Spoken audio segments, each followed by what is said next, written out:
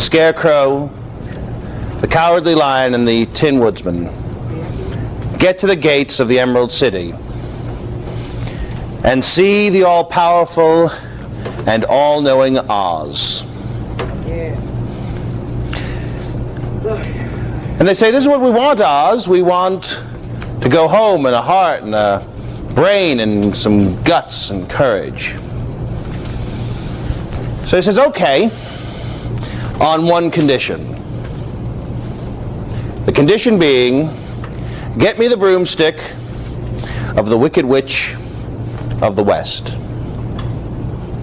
Isn't it funny how when we want something, there's always got to be a precondition?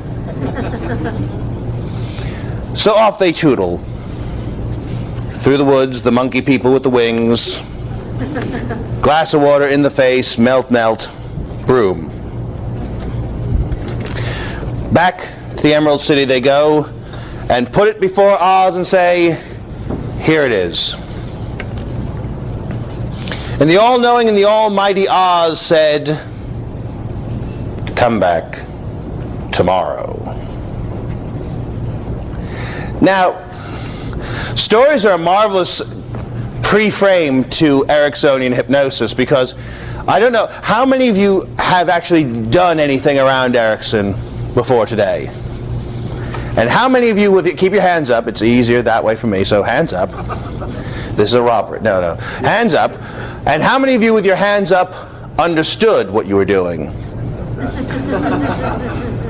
Yeah. Let me give you the dumbed down version. Primarily because I do not profess to know Dr. Erickson. I didn't meet the man, I didn't know the man, I didn't play tennis with the man, but I have a vague idea of what he was about.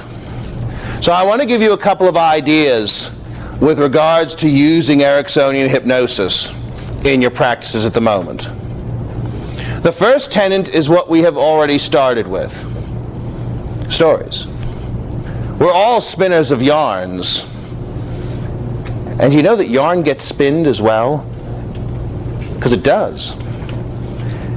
Ambiguous language is another one, because yarn can be spun, or you can spin things with yarn. But you can think about that as we go. And the third thing I want to talk about is utilization, and I will take them in turns. So, Judy Garland gets grumpy because they've been told to come back tomorrow. And she's throwing a tantrum, and in the midst of the tantrum, Toto comes out of the basket and goes to the little man in the corner, pulls back the curtain, and here's this little geezer pulling the knobs and pushing the levers. And the interesting thing about the Wizard of Oz was he was nobody special. He was just a guy, or a girl, because we're not really sure whether it was a totally true story. But what he had was insight, and what he had was a bag of tricks. You all remember, because what happened was the Scarecrow was told he had a brain.